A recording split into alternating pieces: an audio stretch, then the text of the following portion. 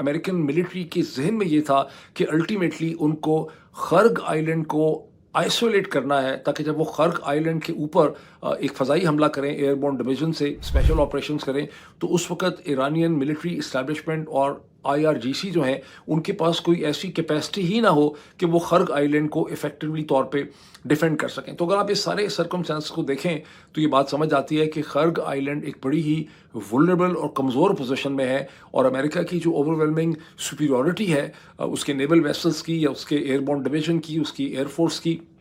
उसके सामने इरानियंस खासी कमज़ोर पोजीशन में आपको नज़र आते हैं। तो हम दूसरी तरफ से आर्गुमेंट ये है, ख़ास करके जब उसका डिस्टेंस अब देखते हैं कि साहिल समंदर से 16 मील दूर है और ईरान के पास नेवी नहीं है।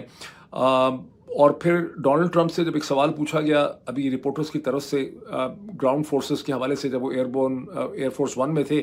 क्या आप ग्राउंड फोर्सेस कमिट करेंगे ईरान की जंग में, तो उन्होंने गुज़श्ता 24 घंटे में कहा कि if there is a very good reason तो ग्राउंड फोर्सेस को कमिट किया जा सकता है। अब वो जो वेरी गुड रीज़न की डेफिनेशन हमें क्या पता चली, वो ये है कि अगर आप खर्ग आइलैंड पे कब्ज़ा कर लें तो ईरान की हुकूमत और रजीम का जो रेवेन्यू स्पिनिंग है तेल से, उस पे आप कंट्रोल हासिल कर लेते हैं। गवर्नमेंट कोलैप्स कर जाती है अगर उसके पास रेवेन्यू नहीं होते। मॉरली और साइकोलॉजिकली भी एक बहुत बड़ा धचका होगा, और एक ऐसी गवर्नमेंट जिसके पास एयरफोर्स नहीं है, नेवी नहीं है, वो इसका डिफेंस जो है वो भला कैसे करेगी। लेकिन दूसरी तरफ से अमेरिकन मिलिट्री ऑफिशियल्स ही के काउंटर आर्गूमेंट भी मुझे पढ़ने का मौका मिला। उनके काउंटर आर्गूमेंट ये है कि खर्ग आइलैंड पे कब्जा कर लेना कोई ऐसी यूनिक अनहोनी किस्म की ब्रेन वेव नहीं है ट्रंप इंतज़ामिया या टीम की, जिसे कि ईरानी सोच ना सके हों। उन्होंने भी अपने 10-15-20 बरस से ये सोचा होगा, ये कम अज़ कम गुज़िश्ता 1 बरस से, कई महीने से उन्होंने ये सोचा होगा कि अमेरिकन से एक एयरबोर्न डिवीज़न इस्तेमाल करके या स्पेशल फोर्सेस के ज़रिए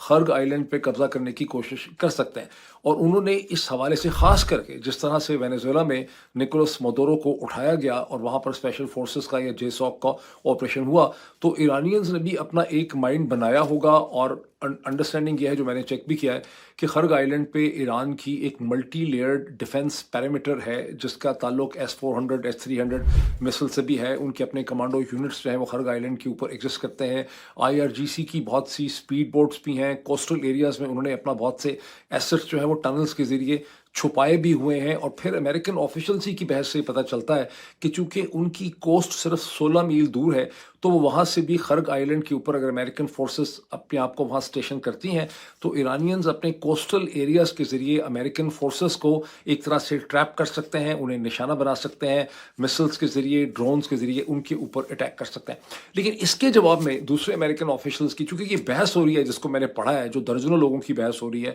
आपस में, उनका कहना ये है कि भाई अगर आप ये देखें कि शुरू से ही जो फोकस रहा है सारा सेंटकॉम का या ट्रंप की पूरी जो वॉर स्ट्रेटजी है, उसका मकसद ही ये था कि मसलसल जो कोस्टल एरियाज़ हैं वहाँ पर आईआरजीसी की जो पोजीशंस हैं उन्हें कमज़ोर किया जाए। बहुत से मिसाइल बैटरीज जो हैं वो डिस्ट्रॉय हो चुकी हैं, एयरफोर्स डिस्ट्रॉय हो चुकी है, नेवी डिस्ट्रॉय हो चुकी है। एंड अंडर दिस सर्कमस्टेंसेस अब इस स्टेज के ऊपर ईरानियंस का इसका एक इफेक्टिव डिफेंस करना जो है वो शायद मुमकिन ना हो।